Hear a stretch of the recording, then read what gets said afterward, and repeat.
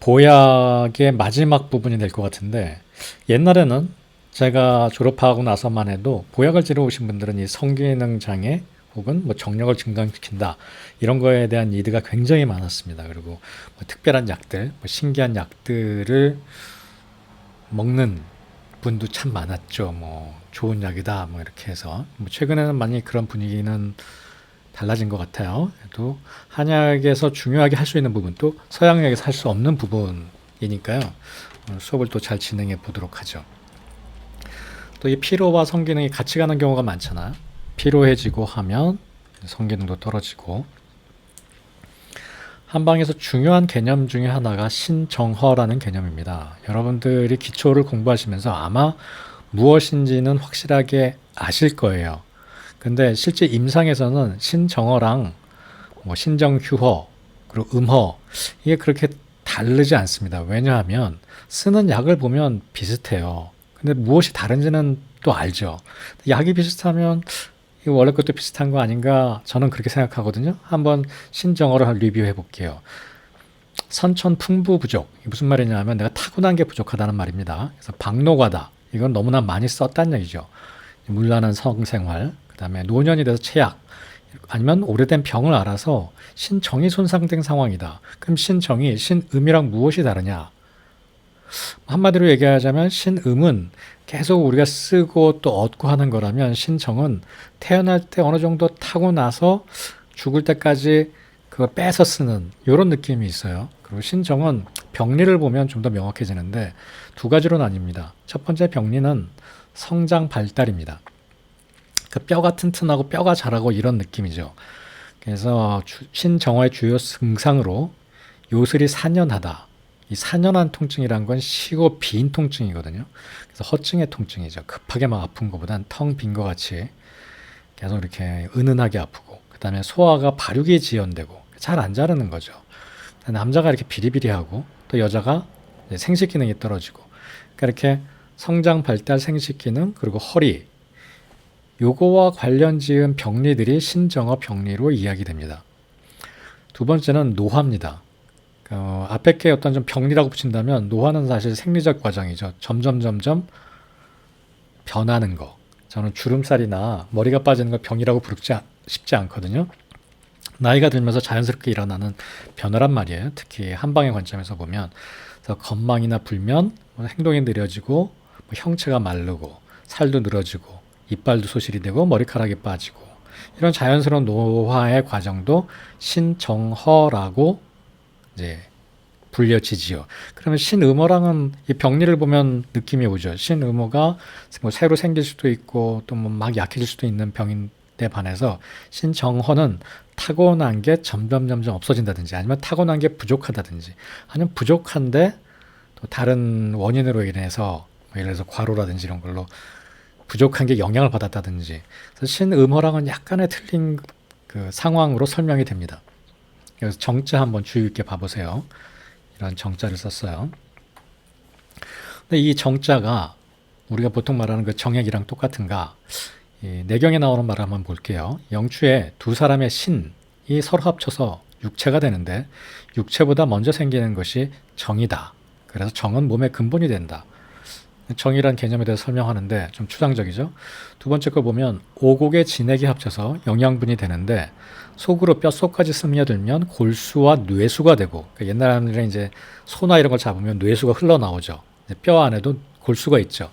를 영양하고 아래로 내려가 음부로 흐르게 되면 이제 생식기로 흐르게 되면 흐르게 된다. 그리고 음양이 고르지 못하면 병리가 되면 이제 정액이 넘쳐나서 아래로 흘러내리게 된다. 이거 이제 유정, 뭐 몽정 이런 것들을 얘기하죠. 요것을 보면 또 정이 그 정액을 얘기하는 것으로 보이죠. 그다음에 세 번째 한번 보죠. 허해지고 허해지면 허리와 잔등이 아프다. 척추가 아프다는 얘기죠. 또 하체가 시큰거리고 허약해지고 아프다. 또한 골수라는 것은 뼛속에 차 있고 뇌는 수해가 된다. 수해가 부족하면 머리가 핑 돌고 귀에서 소리가 나고 다리가 시큰거리고 정신이 아득해진다. 현운 증상 같은 거죠. 아니면 기립성 저혈압. 여기서 보면 골수, 뇌, 그리고 정액, 그다음에 우리가 정이라 그러는 그 미지의 존재. 이것들이 다 이렇게 오버랩 돼 버리네요. 같이 설명하는 것 같아요. 그다음에 동의보감의 이제 챕터 설명에 정은 지극한 보배다. 정위 지보다. 지극한 보배다. 대체로 정이란 아주 중요하다는 말이다. 사람에게 있어서 정은 가장 귀중하면서 또 양이 조그마다. 그러니까 보배롭죠. 사람 몸에는 한돼 6호밖에 없다. 이게 정해진 겁니다. 이게 되게 중요한 시각이에요. 그래서 이 정액이나 정에 대해서 타고난 것이라는 시각이 한약의 독특한 시각이죠.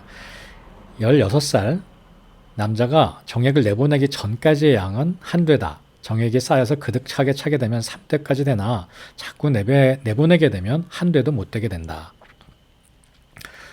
정과 기가 서로 보충해 주는데 기가 모이면 정이 그득하게 되고 정이 그득하면 기가 왕성해진다. 정이 부족해져도 기력이 없어지고 또 기력이 빠져도 정이 부족해지고 피로 상황이 성생활에 영향을 미치는 상황을 설명해 주는 말이에요. 그다음에 황정경에는 정액을 간직하면서 허투루 쓰지 말아야 한다. 보배처럼 아껴야 오래 살 수 있다. 보편적인 한약의 시각입니다. 마음 내킨 대로 성생활을 지나치게 해서 제 몸을 스스로 죽게 하지 말아야 된다. 한번 억제하면 이것은 일어나려는 불을 한번 끄고 기름을 한번 더 친 것으로 된다. 만약 억제하지 않고 마음 내킨 대로 정액을 내보내면 기름불이 꺼지려는데 그 기름을 쏟아내는 것이다. 여기서 어날러지가 기름에 비유하죠. 이렇게 끈적끈적하고. 그러니 당연히 억제해야 된다. 또 이게 따지면 동의보감 얘기예요. 성욕대로 성생활을 욕구대로 하면 먹는 걸 마음대로 먹는 것처럼 정기를 상하고 성생활 조절하면 정기를 보존해서 오래 살 수 있다. 이렇게 얘기합니다. 또 정액과 정은 꽤 비슷한 느낌이 있는데 또 양기로도 설명이 됩니다. 여기서도 동의보감 챕터입니다. 정액을 잘 간직해야 된다. 정은 마땅히 비밀, 소중히 간직해야 된다. 내경의 음양을 보호하는 데서 중요한 것이 양기다. 이거는 음양 중에 양자거든요. 이 정액이나 지금 쪽에 얘기를 했는데 갑자기 또 양기 얘기가 나오죠. 양기를 잘 간직하고 굳건히 하는 것이다. 양기가 강하기만 하고 내보내기만 하고 간직되지 못하면 결국 음기가 끊어진다. 그래서 병리 얘기가 나오죠. 그래서 병액이나 정 혹은 신음 이런 것들은 음에 해당하지만 그 음이 끊어지게 되는 중요한 병리가 양기를 간직하지 못하는 거죠. 음기가 고르고 양기가 잘 간직되어야 정신이 온전해진다. 음과 양이 서로 갈라지면 정기도 끊어진다. 이게 굉장히 중요한 병리 설명입니다. 음기가 고르고 양기가 잘 간직돼야 된다. 음과 양이 서로 갈라져 버리면 이게 고립된다는 얘기죠. 양은 양끼리 놀고 음은 음끼리 놀고. 기억나는 거 있죠? 수화기제, 수승화강. 그래서 보약을 처방할 때 가장 중요한 병리가 이 수승화강입니다. 수승화강, 이건 기전에 관한 거고 그 다음에 정기를 보호해야겠죠. 그 다음에 양기를 도와야겠죠. 그래서 지금 얘기한 데서 보약의 기본적인 병리 그리고 양리가 세 개가 다 얘기가 된 거예요. 음양이 조화되는 데서 가장 중요한 것이 바로 양기를 굳건히 간직하고 허투루 쓰지 않는 것이다. 이런 말 중요한데 양기는 밖으로 막 나가는 거잖아요. 그 뜨거운 양기를 막 밖으로 내보내는 게 아니라 잘 간직해야 된다. 간직하면 양기가 든든해져 오래 살게 된다. 이것이 성인들이 지킨 도이다. 지금 설명드린 약들이 모두 보약의 두 가지 기전 중에 첫 번째, 성질 중에 첫 번째에 해당합니다. 먹으면 먹을수록 건강해지는 약. 그러니까 정이라는 것이 타고나서 다 써버리는 거잖아요. 그러니까 그거를 더 많이 보태주면 아까 노화와 관련되는데 노화도 좀 더뎌질 수 있고 또 아까 정과 기에 대해서도 설명했죠. 기도 보존할 수 있고. 그래서 정이란 것은 음의 기본이 되죠. 음이 허해지는 거. 그 다음에 생식 기능, 그 다음에 양기. 양기도 생식 기능과 연결이 되죠. 이 세 개와 다 관련이 있어요. 그리고 이게 바탕이 되는데 그게 점점 부족해지는데 그걸 넣어주면 또 오래 살 수 있을 것이다. 또 건강하게 살 수 있을 것이다 하는 게 이 보약의 첫 번째 해당하는. 근데 우리가 이 첫 번째 해당하는 것이 지금은 또 많이 없다 그랬어요. 보약에서. 그리고 저것을 진짜 꼭 필요한가 이런 의문도 제가 첫 시간에 던졌었습니다. 동의보감에서 얘기하는 이 정, 그리고 이게 지금 신형편에 나오는 얘기인데 이 정액에 대한 부분은 상당히 그 도가적인 그 사상적 배경을 갖고 있습니다. 그리고 이 도가적인 사상적 배경에서 볼 때 우리한테 필요한 그 보약이 이렇게 두 가지로 나눌 수 있어요.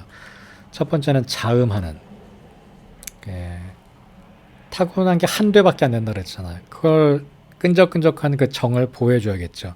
그래서 숙지황, 여기서 인삼은 이제 자음하는, 진액을 보충하는 의미로 인삼이고요. 그 다음에 숙지황 인삼 같은 약을 쓰고, 그 다음에 자윤, 끈적끈적한 약으로 꿀, 그 다음에 교이, 이 엿이죠, 엿. 그 다음에 악교, 말 그대로 풀, 악교. 그 다음에 뭐 맹문동, 천문동, 황정, 둥글레, 이런 약으로 써줍니다. 이게 다 자윤하는 보약입니다. 그래서 이게 보약의 한 엘리먼트예요. 통상적인 한 엘리먼트고, 그다음에 양기를 보충하는 것도 또 하나의 엘리먼트가 됩니다.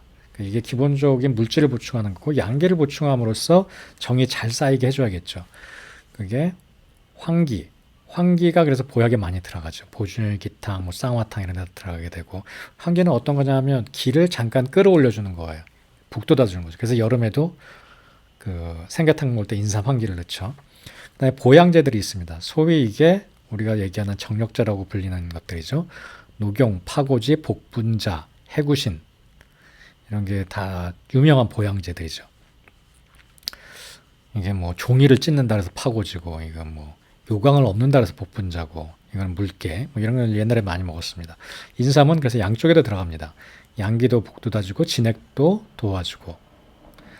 그래서 보약은 보통 이렇게 두 가지로 나뉘고요. 그 제가 보약 1시간에 말씀드렸던 조열한 약으로 자꾸 써주면 오히려 기운은 나고 뭐 일시적으로 정력도 좋아지는 것 같지만 결국은 음기를, 정을 다 소비해버려서 더 안 좋다는 얘기했잖아요.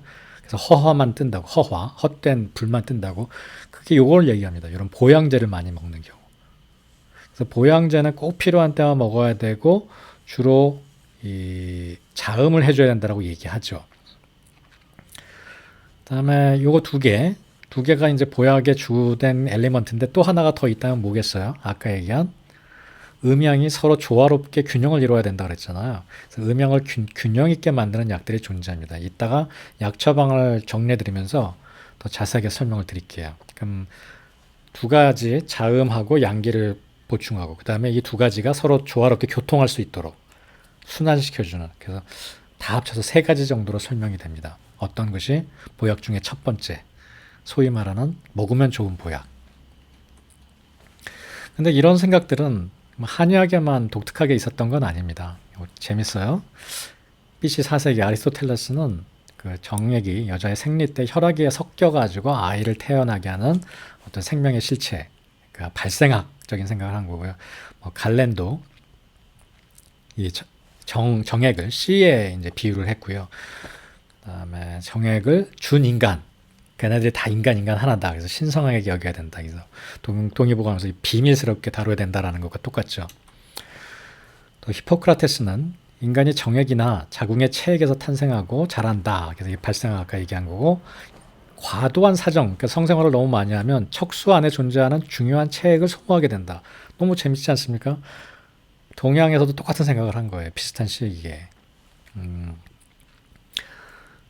척수 안에 있는 체액과 척수액, 골수액, 뇌수 이런 것과 정액이 같은 물질이다라는 생각을 한 거고요.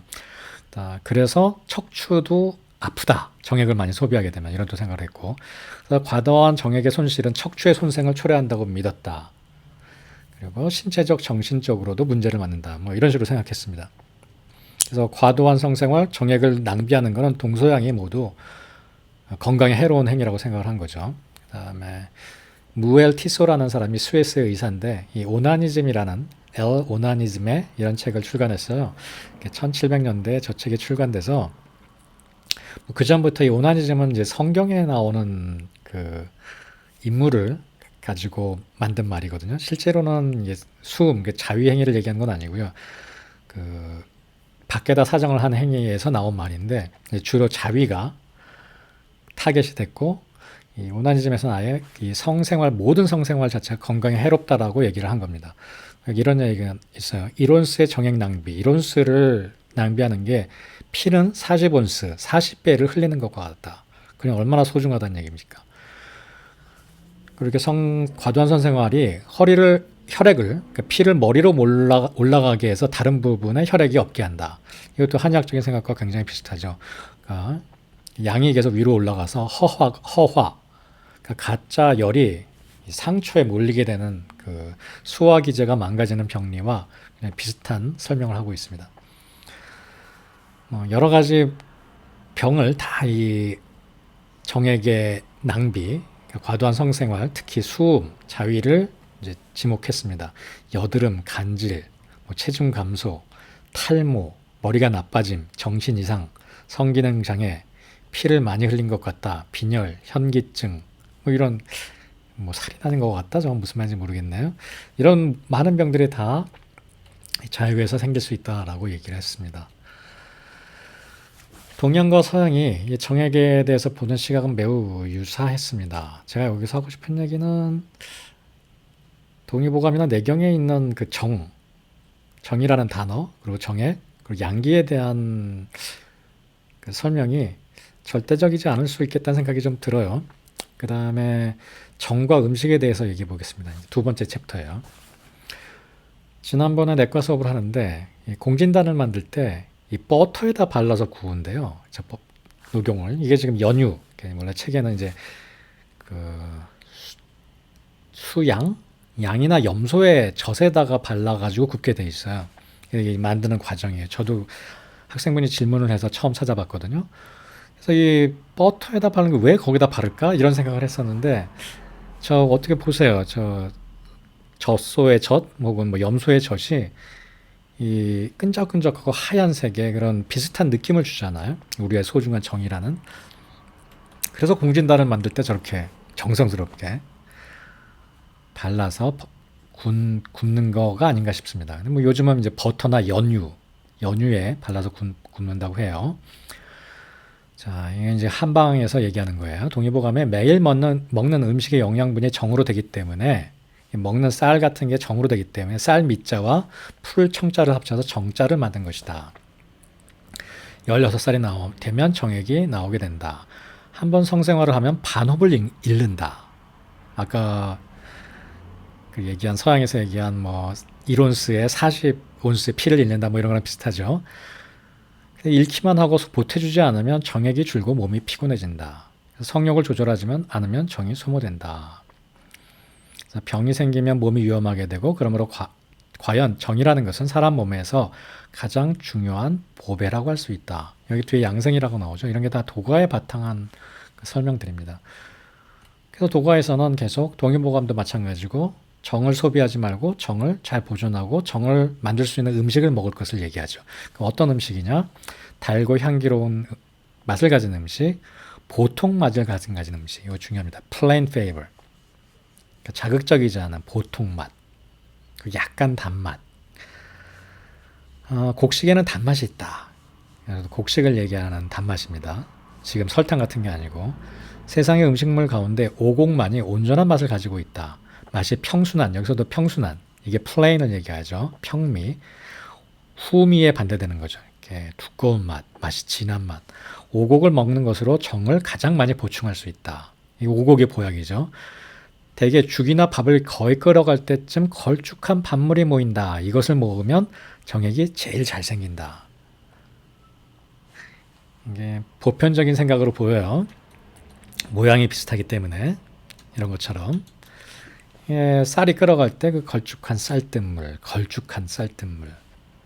판단은 여러분한테 맡기겠습니다. 한 방울의 정액을 만들기 위해 40방울의 피와 40일간의 시일이 필요하다. 이거는 힌두교에서 얘기한 거예요. 이제 한 방이 아닙니다. 그리고 이 시간을 단축시킬, 아까도 여기서 보충하지 않으면 이란 말이 나왔잖아요. 소비한 다음에 보충하지 않으면, 보태주지 않으면. 똑같이 다른 문화권에서도 굉장히 오래 걸리고 이걸 보태주기 위해서 뭘 먹어야 되느냐? 우유, 버터, 밀가루, 설탕, 그 다음에 생달걀, 그 다음에 꿀.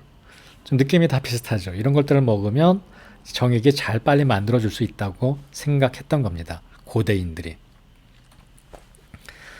이것도 동서양과 서양이 좀 비슷하네요. 어떤 음식을 먹어야 되는가. 자, 이게 무슨 말인지 알아요? 금달. 근데 이 고대인들의 생각이 현대인들한테도 굉장히 큰 영향을 주고 있더라고요. 저는 이게 금메달 딴다는 얘기인 줄 알았어요. 금메달 따기 위해서 노력한다는 얘기였는 줄 알았는데 저게 현대에도 그런 고대의 정액을 보물처럼 간직한다라는 생각이 많이 있어서 어린 학생들이 이 정액을 보존하기 위해서 노력하는 행위입니다. 이게 뭐 그런 일환 중에 접이불루 이런 말도 있습니다. 아주 유명한 말이죠. 이제 소녀경에 나오는 말인데 교족을 하되 사정을 하지 않으면 정액을 보존한다라는 거죠. 그래서 뭐 이것이 그 정력을 증진하는 방법으로 뭐 너무나 유명하게 쓰였던 건데 이런 것들이 오히려 문제를 만들죠. 전립선에 소통이 안 돼가지고 만성 전립선염을 일으킨다든지 또 이렇게 소통을 오히려 시켰을 때 전립선염을 예방할 수 있고 위도우 신드롬이라 그래서 부인을 잃은 남자들이 이렇게 성기능이 오히려 더 떨어져 버리고 그래서 섹스를 계속하는 것이 여기 임포텐스를 안 생기게 하는 데 도움이 된다. 이런 식으로 거꾸로 된 설명을 하고 있어요. 전립선염도 그렇고 이런 접이불루 같은 행위가 오히려 좋지 않다. 이게 현대인데 말이에요. 현대. 많이 생각이 바뀌었죠. 그다음에 이분은 미국의 의사인데 1852년이니까 꽤 1943년 아주 저랑도 연결이 돼 있는 시기입니다. 켈러그라는 박사가 이분도 똑같이 정액을 보존해야 된다고 생각했어요. 그래서 만든 게 이 시리얼입니다. 콤프로스트. 이분이 만들었을 때 제품명이 콤프로스트였어요. 이 켈러그의 솔루션은 다이어트였는데 이 고기나 미트나 certain flavored, seasoned 이게 후미죠. 한방적으로 얘기하면 담백하지 않은 플레인하지 않은 후미를 먹으면 성욕을 항진시키게 된다. 그래서 플레이너 푸드를 먹어야 된다. 그래서 만든 게 이 시리얼입니다. Later, Kellogg developed a few different flaked grain, 콘프레이크, 브렉퍼스트 시리얼을 만들었다. 그리고 이 시리얼이 anti-masturbatory morning meal이다. 성욕을 떨어뜨려서 이 정액을 보존하는 식사로 만든 겁니다. 놀랍죠? 동양에서도 쌀뜨물, 곡식이 가장 좋은 음식이다라고 정액을 보존하는데 서양에서도 이렇게 플레인한 맛을 강조했다는 게 놀랍습니다. 한번 비교를 제가 정리를 한번 해볼게요. 동서양이 정액에 대해서 어떻게 생각했는지. 자, 음식면에서 동의보감의 쌀, 걸쭉한 밥물, 담백한 맛의 채소, 곡류, 그다음에 힌두교에서 우유, 버터, 밀가루, 다 비슷한 성상이 있습니다. 이미지가. 그다음에 동의보감의 정액이 혈액에서 기원하는 거기 때문에 정액을 그릇에 담아 소금과 술을 섞어 하룻밤 두면 다시 피로 바뀐다. 이런 말이 동의보감에 있습니다. 저는 실험해보기도 쉬운데 왜 안 할까요? 안 될 게 뻔하니까 실험 안 하는 거죠. 그래서 동의보감의 많은 말들을 역사적으로 해석해야 된다고 제가 말을 하는 겁니다. 이거는 뭐 한양만의 독특한 사고방식이 아니었습니다. 힌두교에서도 40방울의 피와 40일간의 시일이 필요하다고 얘기했고요. 또 정이 한돼 6컵이 있다. 또 뭐 이런 정량적인 피 40온스가 정의 1온스다. 그 다음에 이 동의보감에서도 정이 줄어들면 몸이 피곤해진다. 그리고 기가 쇠약해지고 병이 생긴다. 각종 질병과 정신병이 자유로 생긴다. 이런 시각들이 놀랍도록 흡사하죠. 그 다음에 질병에 관해서도 동의보감에서 신정휴손, 음허증, 성기능장애, 탈모 이런 것들이 생긴다고 얘기했습니다. 특히 허리와 장 등, 그러니까 백 에이크가 일어난다고 얘기했어요. 이 히포크라테스도 탈모, 머리가 나빠지고 성기능장애, 현기증 뭐 비슷해요. 그 다음에 척추의 손상을 유발한다고 했습니다. 동서양이 놀랍도록 비슷하게 정액 손실로 인한 성생활 과도로 인한 손상을 얘기했었습니다. 제가 내리고 싶은 결론이 이건데요. 고전 속에서 믿음이 아닌 관찰을 찾아야 한다. 오늘 관찰에 관한 얘기를 할 겁니다. 무엇이 효과적인 것인지. 그렇다고 동양권에서 지금 얘기한 동의보감에 있는 말들이 다 쓸데없는 얘기라는 것이 아닙니다.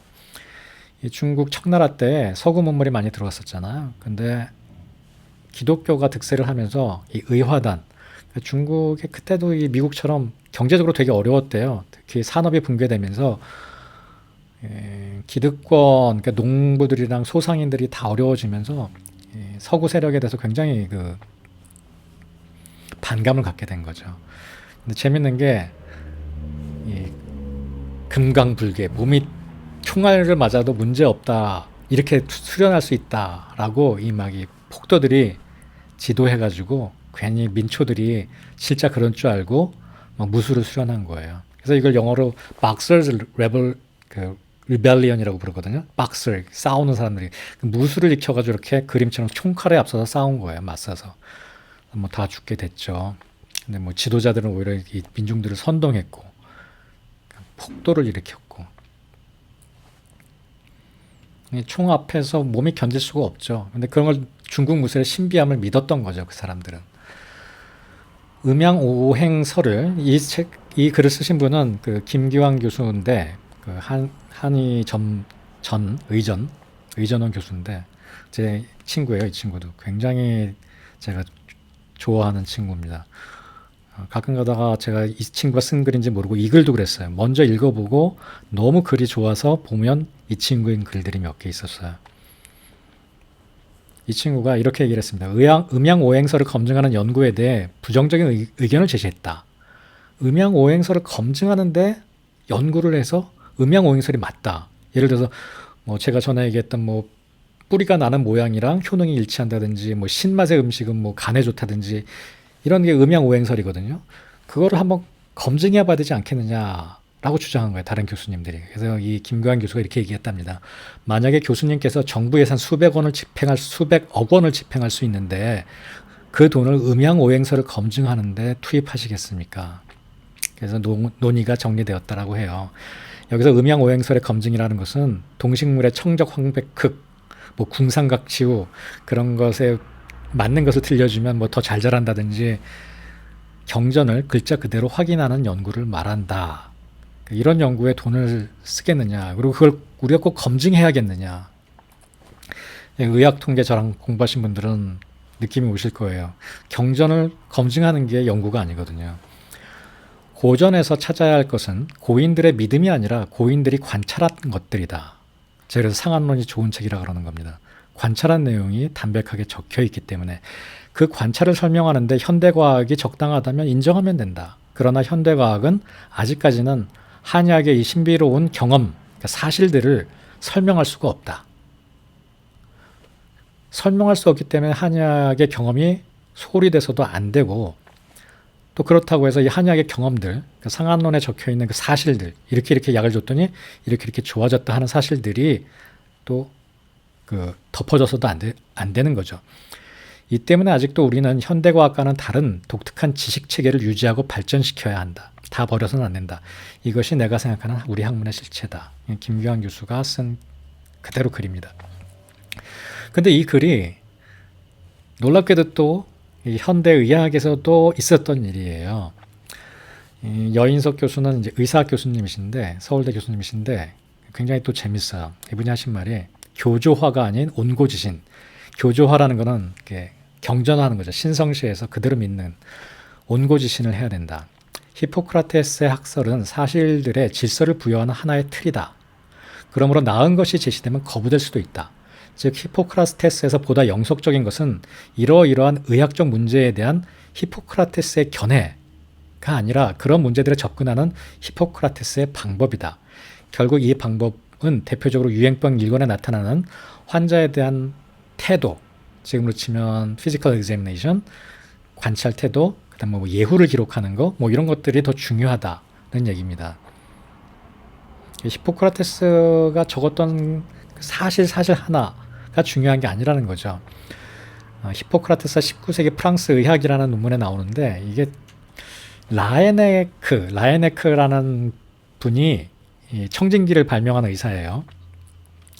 그 의사가 히포크라테스로 돌아갈 것을 주장했습니다. 당시에. 그 근대가 이루어진 다음에 히포크라테스 안에 지금 우리가 동의보감을 보듯이 그 안에 진료의 태도 이런 것들이 정말 지금 현대 의학에서 써야 될 것들이 있다. 이건 라에네크뿐만 아니라 라에네크가 유명한 사람이고요.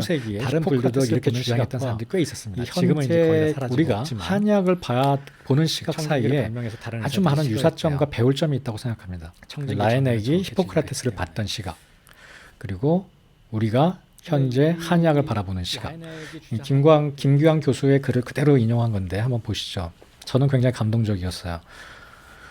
대체의학 요법들이 난무하고 실제 연구를 보면 거짓침, 플라시보 액큐펑처가 실제침과 차이가 없고 좋은 연구 결과들이 이런 사실들을 바라보는 한의계가 아무 반응이 없는데 이런 말을 꼭 하고 싶다. 우리의 학문을 바라보는 정직하고 따뜻한 시선이 필요하다. 정직하면서 따뜻한 시선. 그러니까 무조건 믿고 그것만 옳다고 하는 것이 아니라 정직하면서도 또 애정을 갖는 따뜻한 시선이 필요하다. 제가 하고 싶은 말 그대로 한 것 같습니다. 정직하면서 따뜻한 시선. 그것은 경전이 옳았음을 재확인하려는 신앙심이 아니라 새로운 지식의 원천을 만들어내려는 탐구심이어야 한다. 탐구심이 경전을 정직을 얘기하죠. 그다음에 경전에 대한 경외심, 리스펙트가 따뜻한 시선이고요. 학설을 방법에서 엄격하게 구별하려는 라에넥의 태도는 히포크라테스의 의학이 교조화되는, 경전화되고 신앙화되는 것을 막는 효과적인 방법이었다. 이 꿰뚫는 두 가지 시각의 차이가 보이시나요? 차이가 아니라 공통점이. 지킬 것은 지키되 온고 옛날 것을 알되 거기서 매달리는 것이 아니라 오히려 발전하는 바탕이 되어야 된다는 거죠. 한의사는 정체성 문제에 대해서 많은 불안을 겪게 됩니다. 그리고 제가 여러분들 내과 시간을 통해서도 많이 의문을 던졌을 거예요. 그래서 제 내과 시간을 들으면서 굉장히 마음에 안 드시는 분들도 많았을 거예요. 나는 한약을 배우러 왔는데 왜 자꾸 이런 얘기를 하지? 그렇다고 진리를 외면할 것인가? 우리가 학자로서, 한의학도로서, 또 한의사로서 정직한 시각을 외면할 것인가? 원칙과 방법은 취하되 내용을 그대로 가져오자는 것이 아닙니다. 예를 들어서 정액을 술에 섞어서 하루 놔두면 피가 된다. 이걸 우리가 증명해야 될 이유도 없고요. 증명을 할 의무도 없습니다. 그다음에 학설과 방법을 분리해야 된다. 종교가 되어서는 안 되지만 한의학의 치료법, 효과적인 치료법들도 버려서는 안 된다라는 거죠. 이것이 정직한 시각 그리고 따뜻한 마음. 이 라에넥과 아까 김규환 교수가 같이 얘기하는 결론이라고 생각합니다. 그리고 그게 여러분들한테 주고 싶은 저의 결론이기도 해요. 잘 여러분들이 앞으로 임상하면서 기억하셨으면 좋겠어요. 그리고 지금 한 얘기는 제가 여러분들의 의문점을 많이 던졌고요. 지금 바로 다음 쉬는 시간 가진 다음에 우리가 취해야 될 것, 한의학에서 취해야 될 것, 좋은 처방들과 또 우리 건강에 도움을 줄 수 있는 좀 실제적인 얘기들을 또 해볼게요.